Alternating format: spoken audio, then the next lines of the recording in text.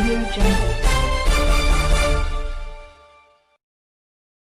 यहाँ विराजमान हैं, बगल में हैं अख्तर इमाम साहब जो MIM के प्रदेश के अध्यक्ष हैं। यहाँ बगल में आफ्ताब साहब जो जनरल सेक्रेटरी है MIM के। उसके बाद औसाफ लड्डन हमारे प्रदेश के अध्यक्ष हैं। इसके बाद पार्लियामेंट्री बोर्ड के चेयरमैन हैं स्टेट के, पूर्व विधायक राम कुमार यादव। परिचय मैं दे दिया आपको और मेरा परिचय देने की जरूरत नहीं है, आप जानते ही होंगे। तो सबसे पहले मैं आप लोगों से यही अर्ज करना चाहता हूं कि आज इस संयुक्त रूप से माननीय सांसद सह AIMIM के राष्ट्रीय सदर असुद्दीन ओवैसी साहब एवं मैं समाजवादी जनता दल के राष्ट्रीय अध्यक्ष संयुक्त रूप से आज की राजनीतिक परिस्थिति में मुल्क में त्रिध्रुवीय राजनीति की जरूरत है, ट्राइपोलर पॉलिटिक्स का। ये पूरे मुल्क में आवश्यकता है, लेकिन खास करके बिहार में त्रिध्रुवीय राजनीति, चूंकि बिहार का चुनाव भी अभी आसन्न है, तो यहाँ मजबूती से, क्योंकि यहाँ जो विपक्ष है मजबूती से अपने दायित्व का निर्वहन नहीं कर पा रही है। ये अफसोस है, अफसोसजनक बात है, और अपने कर्तव्यों को निर्वहन करने में विफल दिख रही है।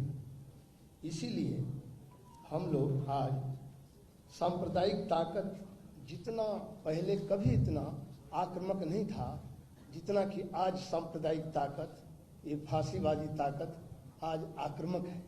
पूरे देश में भी और बिहार में भी मॉब लिंचिंग हुआ, आपको मालूम है।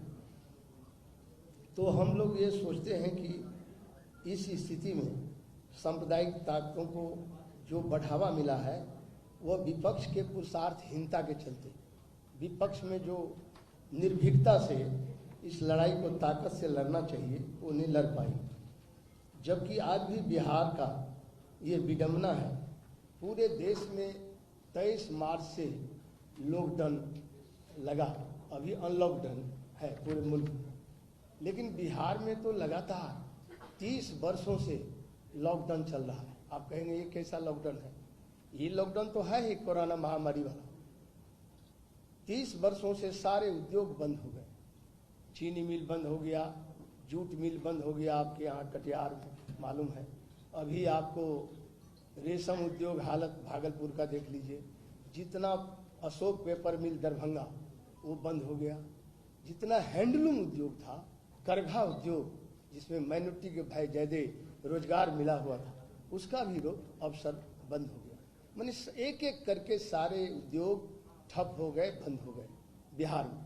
और मजदूर वहाँ से करीब 3.5 करोड़ से ऊपर बिहार के श्रमिक बाहर जाने के लिए, बाहर जाया रोजी रोटी के लिए बाहर जाकर कितनी जिल्लत, कितनी यातनाएं सही है कि जब कोरोना महामारी हुआ तो यहाँ आने के क्रम में 300 से ऊपर श्रमिकों की जानें गंवानी पड़ी। यहाँ तक कि साइकिल से भी श्रमिक यहाँ दरभंगा पहुँचा। आपको मालूम होगा एक बच्ची वहाँ साइकिल से अपने बीमार बाप को लेकर चलाया। ये कितना दुर्भाग्यपूर्ण स्थिति है।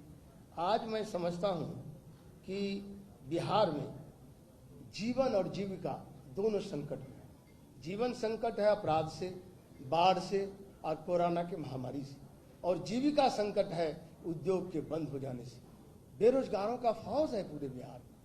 इतनी हालत खराब है बिहार का, ये बहुत ही चिंता का विषय है। चाहे सबसे ज्यादा श्रम शक्ति का पलायन हुआ है सीमांचल इलाके से, सीमांचल के बाद मिथिलांचल, कोसी अंचल, तिरहुत अंचल, जहाँ जाइए ट्रेन भरा हुआ मिलेगा।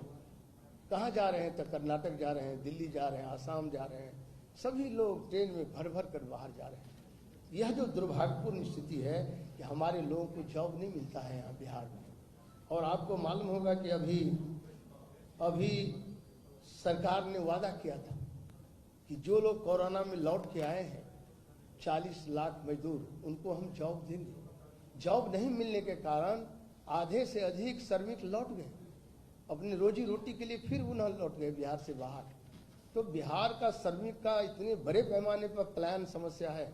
इस पलायन से हमारा जो उत्पादन है, राष्ट्रीय उत्पादन अनाज, उस पर भी प्रतिकूल असर पड़ता है।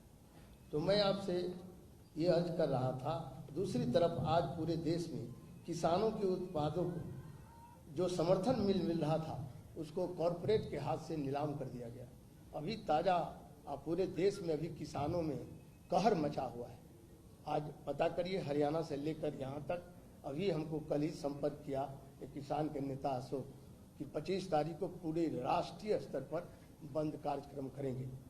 किसानों का जो उत्पादन था उस पर भी कॉरपोरेट को लगा दिया। वो अब न भाव तय कर सकते हैं न बेच सकते हैं। कॉरपोरेट के मैंने उसको जो समर्थन मूल्य मिलना था, MSP, वो भी अब उनको मुनस्सर नहीं होगा।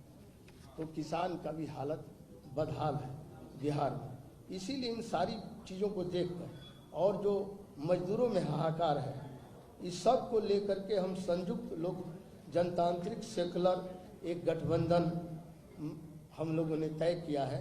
एक गठबंधन यहाँ बना है जिसका नींव अभी ओवैसी साहब रख रहे हैं। यह गठबंधन बिहार में नया विकल्प और बेहतर बिहार बनाने के लिए कटिबद्ध है, संकल्पित है। और यह गठबंधन बिहार में चुनाव को अपने अपने प्रभाव क्षेत्रों में पूरी मजबूती से लड़ेगी। इसीलिए लड़ेगी कि अपनी उपस्थिति दर्ज करके गरीबों का पलायन समस्याओं को लेकर, बेरोजगारी की समस्याओं को लेकर, भ्रष्टाचार को लेकर, शिक्षा का गिरता हुआ स्तर को लेकर, इन सब सवालों को उठा करके मजबूती से उसका आवाज़ वो बनेगी।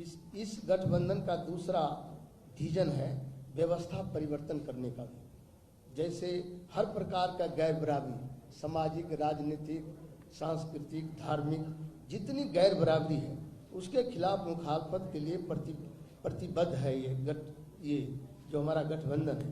बिहार चुनाव तो मात्र एक पड़ाव है। यह बिहार से अपनी मजबूती दस्तक देगी। आगे मुद्दा आधारित आंदोलन के लिए यह गठबंधन प्रतिबद्ध है, संकल्पित है, कमिटेड है।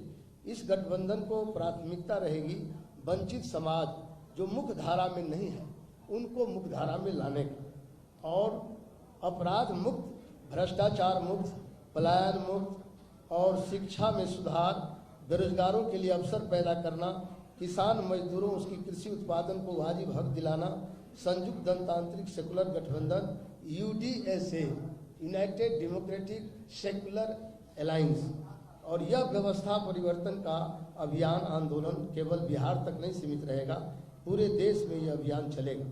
हमारी यह गठबंधन किसी भी अपराधी और भ्रष्टाचारियों को किसी भी कीमत पर टिकट नहीं देगी। हिम्मत है और जो दल हैं जो अपने को बड़े भारी 15 साल बनाम 15 साल का नारा देते हैं, बुराई से बुराई साफ होगा क्या? बुराई से बुराई की लड़ाई से बिहार की आम जनता को कोई बुनियादी समस्या से निजात नहीं मिलेगी, क्योंकि ये कीचड़ से कीचड़ की लड़ाई है। कीचड़ से कीचड़ साफ नहीं होता, साफ पानी से साफ होगा, वो साफ होगा। इसीलिए हम लोगों ने एक गठबंधन बनाया है और UDS समान विचारधारा वाले दलों से गठबंधन का दरवाजा खोले हुए है, लेकिन इसमें तालमेल का क्रम अभी भी जारी रहेगा। जो भी दल समान विचारधारा रखते हैं, इस सिद्धांत को मान के चलते हैं, उससे हमारा कोई दुराव नहीं है, क्योंकि हम मजबूती से सांप्रदायिक ताकत के खिलाफ यह गठबंधन है। और जो भी बिहार की हालात है, उन हालातों को पटरी पर लाने के लिए, क्योंकि राजनीति पटरी से उतर गया है, इसको पटरी पर लाने के लिए भी हमारा ये गठबंधन है।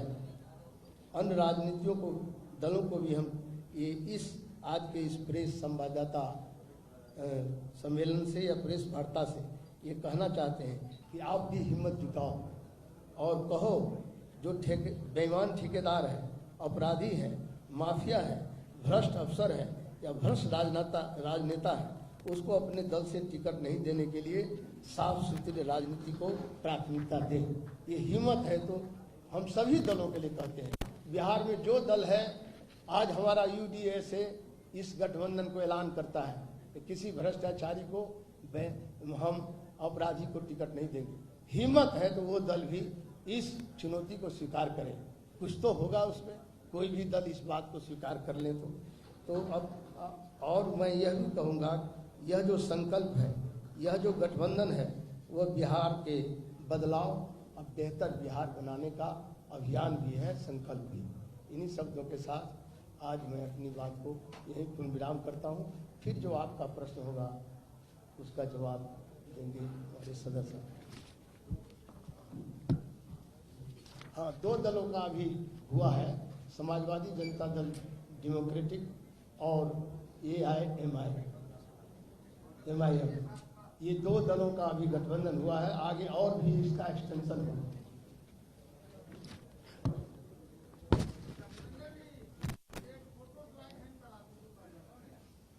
ये वाला मीडिया को यही चाहिए ना, खड़े हो जाते हैं साथ, उसी से हो जाएगा। जी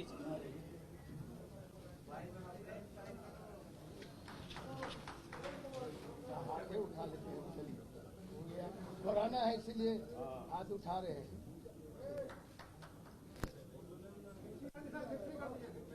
अच्छा चलिए।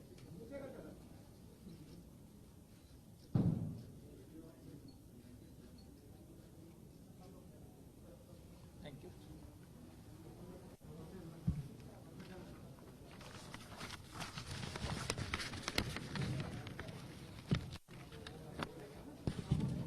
आपको कुछ पूछना है तो पूछिए।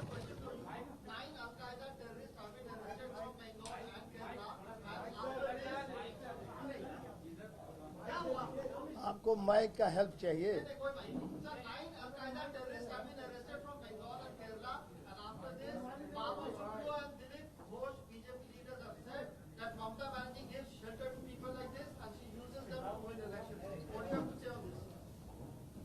I have also read in the newspaper that the NIA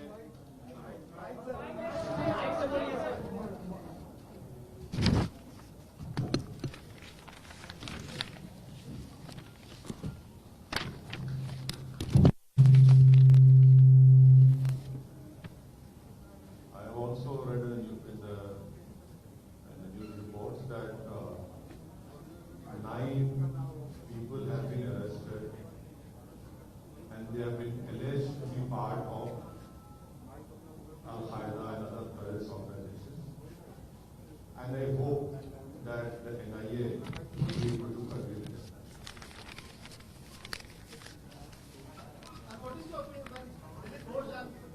No, you see, I cannot speak for other political parties. It is for those political parties to answer on their behalf. Are they trying to criminalize this NIA? Sir, I cannot speak on behalf of the political parties. वो आप पूछ लीजिए, कुछ पूछना है पूछिए, जो पूछिए। आपका ये दौरा किस मकसद के तहत हुआ है? आप यहीं देखें या सीमांचल ले जाएंगे? अभी आपको UDSA के कन्वीनर जनाब जयप्रकाश साहब ने आपको पूरी तफसील बताई। यूनाइटेड डेमोक्रेटिक सेकुलर अलायंस इसका फुल फॉर्म है और कन्वीनर साहब तय करेंगे कि ये अलायंस कितने सीट पर बिहार में इलेक्शन लड़ेगा। अफसरुद्दीन साहब हमारे प्रदेश के अध्यक्ष हैं, वो इसके भी डिप्टी कन्वीनर हैं, जो बैठकर कन्वीनर साहब के साथ पूरा तय करेंगे कि किस सीट पर इलेक्शन लड़ना है, कहाँ से लड़ना है, किस जगह पर लड़ना है। और हमको यकीन है कि इंशाअल्लाह ताला बिहार की जनता की हमको पूरी ताईद, उनकी मोहब्बत से उनको नवाजेंगे और इंशाअल्लाह ताला ज्यादा सीटों पर हमारे कैंडिडेट्स कामयाब हैं। पहले से जारी आपकी लिस्ट खारिज होती है क्या? पहले से कई नहीं, पहले खारिज नहीं होती, बल्कि अब जब हम देवेंद्र प्रसाद यादव साहब के लीडरशिप में एक अलायंस बना है UDSA, तो जाहिर है आपके साथ बैठकर आप फैसला करेंगे कितने सीट पर लड़ना, कहाँ से लड़ना, तो जाहिर एक नए सिरे से उस पर काम होगा।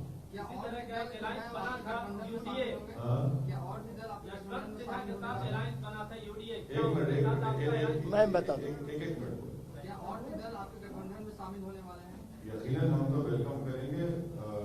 कन्वीनर साहब बात कर रहे हैं बहुत से लोगों से, अभी इतना जल्दी होगा उनके बारे में बोलना, और हमको यकीन है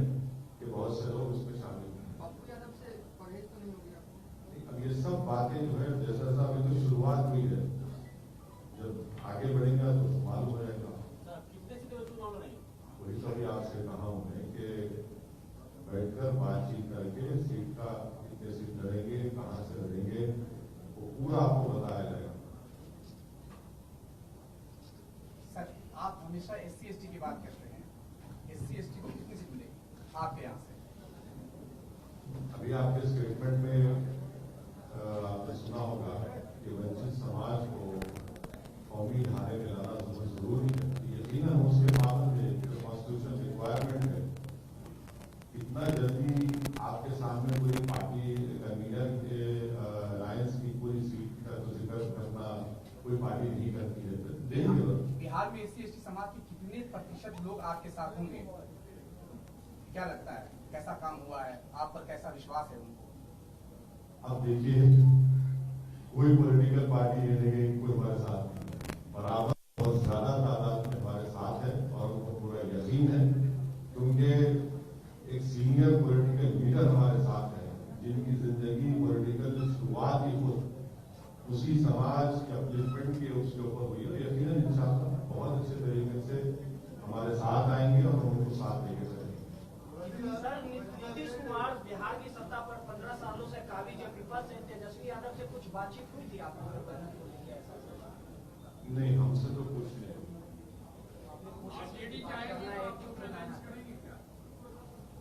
नहीं, देखिए, रियलिटी क्या है उसको एक्सेप्ट करना पड़ेगा। आप पूछकर बता दीजिए आरजेडी से हमको। आरजेडी के लोग कहते हैं कि हमारा वोट काटने आ गए। हाँ, ये तो अब ऐसा है ना कि पार्लियामेंट इलेक्शन में कितने आरजेडी के जीते MP? कितने जीते? एक भी नहीं। हम कितने सीट पर खड़े? अख्तर भाई किशनगंज से खड़े थे। अख्तर भाई ने 3 लाख वोट दिए। जेडीयू के कैंडिडेट ने 3,25,000 दिए और कांग्रेस के कैंडिडेट ने 3.5 लाख दिए। अगर अख्तर भाई नहीं खड़े होते तो क्या होता? वो एक सीट मिल जाती। तो ये तो इनका पुराना एक कैसेट है। दूसरा मैं कहीं नहीं भाग रहा हूँ बाबा, कहा यही बैठे ना, तुम आपके सामने बैठे। दूसरी बात यह है कि 5 साल पहले गठबंधन के नाम पर वोट लिया, सेकुलरिज्म के नाम पे वोट लिया, ओवैसी को हमको बुरा बताकर वोट लिया। अब आप बताइए कि नीतीश कुमार कैसे चलेंगे बीजेपी के साथ? जिन बिहार की जनता ने इनको वोट दिया उसको धोखा क्या इन तमाम पार्टी जिन्होंने नहीं दिया? हमसे पूछ के आपने गठबंधन तोड़ा था। तो ये अच्छा होता है कि वो अपने ही गिरेबान में झांक कर देखे क्या क्या गलतियां हैं तो बेहतर होगा। बिहार की सेक्युलर पार्टी आपसे अलायंस करने से क्यों डरती है? उन्हीं इलाकों में जहां आप चुनाव लड़ना चाहते हैं वहां भी तो कम से कम अलायंस की गुंजाइश हो सकती है, तैयार होना चाहिए। मैं आपसे कह रहा हूं सर, उनको बता दीजिए हम किसी से नहीं डरते, हम इलेक्शन लड़ना चाहते हैं। अख्तरुल ईमान साहब कुछ दिन पहले आरजेडी से मिले थे, मैं भी एक्सपेक्टेशन है कि अख्तर भाई मिले थे, नहीं मिले थे, मिलते हैं, मगर इसको आप ये कहना कि मिले थे वो नहीं है, वो मुलाकात नहीं थी जो आप समझ रहे हैं। पार्टी मजबूत हो ना देखिए, आज भी हम बोल रहे हैं आपसे, मैंने कहा कि आप हमारा मैसेज कन्वे करिए, बताइए क्या बोलते हैं वो ना। वो भाव नहीं दिया क्या सर आरजेडी की तरफ? हाँ, भाव नहीं दिया क्या आरजेडी की तरफ? आरजेडी की तरफ भाव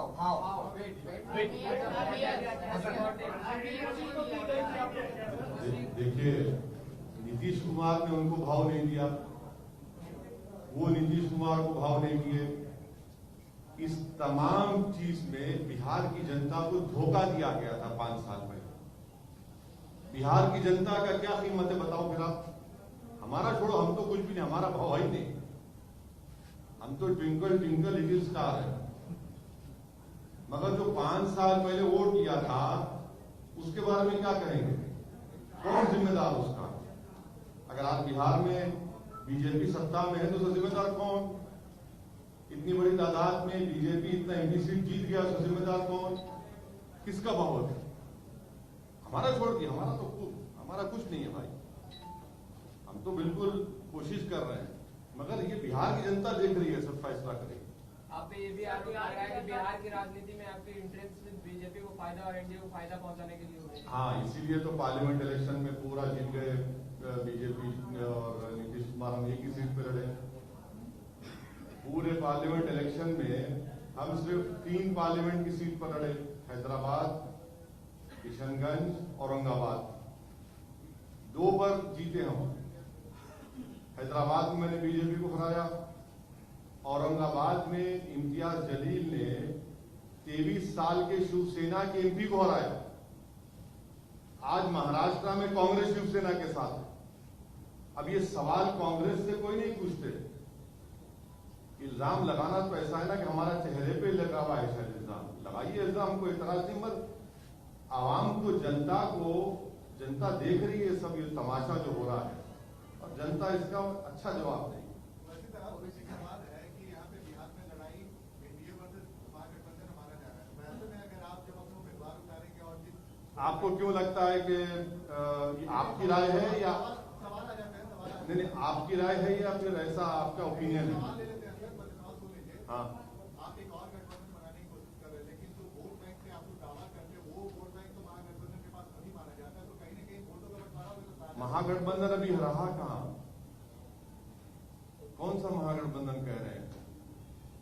कहाँ है महागठबंधन? और ये क्या ये कोई फ्यूडल है क्या कि हमारा वोट है वो आ नहीं सकता? जमहूरियत है। हम पार्लियामेंट के इलेक्शन नहीं लड़े, फिर क्या हुआ उस वोट को? जो लोग आज ये सवाल कर रहे हैं उनको सोचना चाहिए कि पार्लियामेंट के चुनाव में क्या हुआ, जब पूरे देश में क्या हुआ। ये जो इनका जो फ्यूडल एटीट्यूड है ना कि हमारा वोट, अरे भाई क्या जनता है, ये जमहूरियत है, डेमोक्रेसी है, जिसको चाहे वोट डालेगी नहीं डालेगी, हमारा वोट, तो ये क्या खरीद के रखा क्या आपने? आखिर चुनाव के वक्त ओबीसी को इतना बिहार का चिंता क्यों हो रहा है? अरे ये गलत बात है। सीमांचल में जो हम काम कर रहे हैं, कई मर्तबा हम वहां पर गए, बाई इलेक्शन में तो हमने कांग्रेस को हराया। थोड़ा सर्वे कर लो मेरे भाई, थोड़ा क्वेश्चन पूछने से पहले थोड़ा बैकग्राउंड चेक किया करो। बाई इलेक्शन तो हुआ ना, कौन हारा हुआ? हम जीते ना। जरा थोड़ा तेजस्वी यादव बेरोजगारी और पलायन के मुद्दे पर चुनाव लड़ने जा रहे हैं, आपका मुद्दा क्या होगा? आप बिहार के लोगों को क्या देने वाले? हमारे कन्वीनर साहब, देखिए, हमारा बेरोजगारी, जो लोग बेरोजगारी के मुद्दा उठा रहे हैं उनको नियत से, ईमानदारी से उठाना चाहिए। हम लोग का बेईमानी वाला गठबंधन नहीं है। आप लोग जो पूछना चाहते हैं 15 साल बनाम 15 साल, ये बेरोजगारी निकलता है पार्टी में तो किसको रोजगार देते हैं मालूम है ना? हरियाणा से कि वहाँ से राजस्थान से आ जाता है, पता है ना? अने मैं सच, आप जो सवाल पूछ रहे उसको करो। बेरोजगारी का तो ये वैकेंसी निकला था आरजेडी, दोनों वैकेंसी बाहर चला गया। आपका अपना आगे क्या भरोसा है कि आगे क्या होगा? मेरा एजेंडा सीधा है भ्रष्टाचार मुक्त बिहार बनाने का, अपराध मुक्त बिहार बनाने का, और बाढ़ सुखाड़ का जो हम दंश झेल रहे हैं हर साल, उससे भी हम, बाढ़ सुखाड़ का अभी तक कोई निदान नहीं मिला। 15 साल बनाम 15 साल का जो लोग नारा दे रहे हैं, बार बार इसको आप लोग बोल रहे हैं। अभी भी हमारे एक मित्र बोले हैं कि नहीं, एनडीए में और यूपीए में इसी में लड़ाई है। ये बिहार जर्मनी का होटल नहीं है। हम जर्मनी गए थे, मिनिस्टर थे भारत सरकार में, तो वहाँ कहा कि डू यू लाइक कॉफी और टी? नो अदर ऑप्शन, मैंने कोई दूसरा ऑप्शन नहीं। हम लोग नींबू पानी लेके कोरोना से भी मुकाबला करेंगे, इम्यूनिटी बढ़ाएंगे, बेरोजगारी का भी हल का समस्या आवाज उठाएंगे, और उद्योग को भी खड़ा करेंगे बिहार में, ताकि बिहार फिर से पुराना जो हमारा धरोहर था, उद्योग था, यहाँ औद्योगिक क्षेत्र था। यहाँ आपको मालूम है कि चीनी मिल था, 36 चीनी मिल था, 36 बंद हो गया। किसका कारण? आप रोजगार की बात करते हैं, 36 चीन में कितना बेरोजगार हुआ होगा? 3 करोड़ से ऊपर लोग बेरोजगार हो गए। किसका शासन था? 15 साल बड़ा भाई का और 15 साल छोटे भाई का, यही दोनों का शासन न रहा।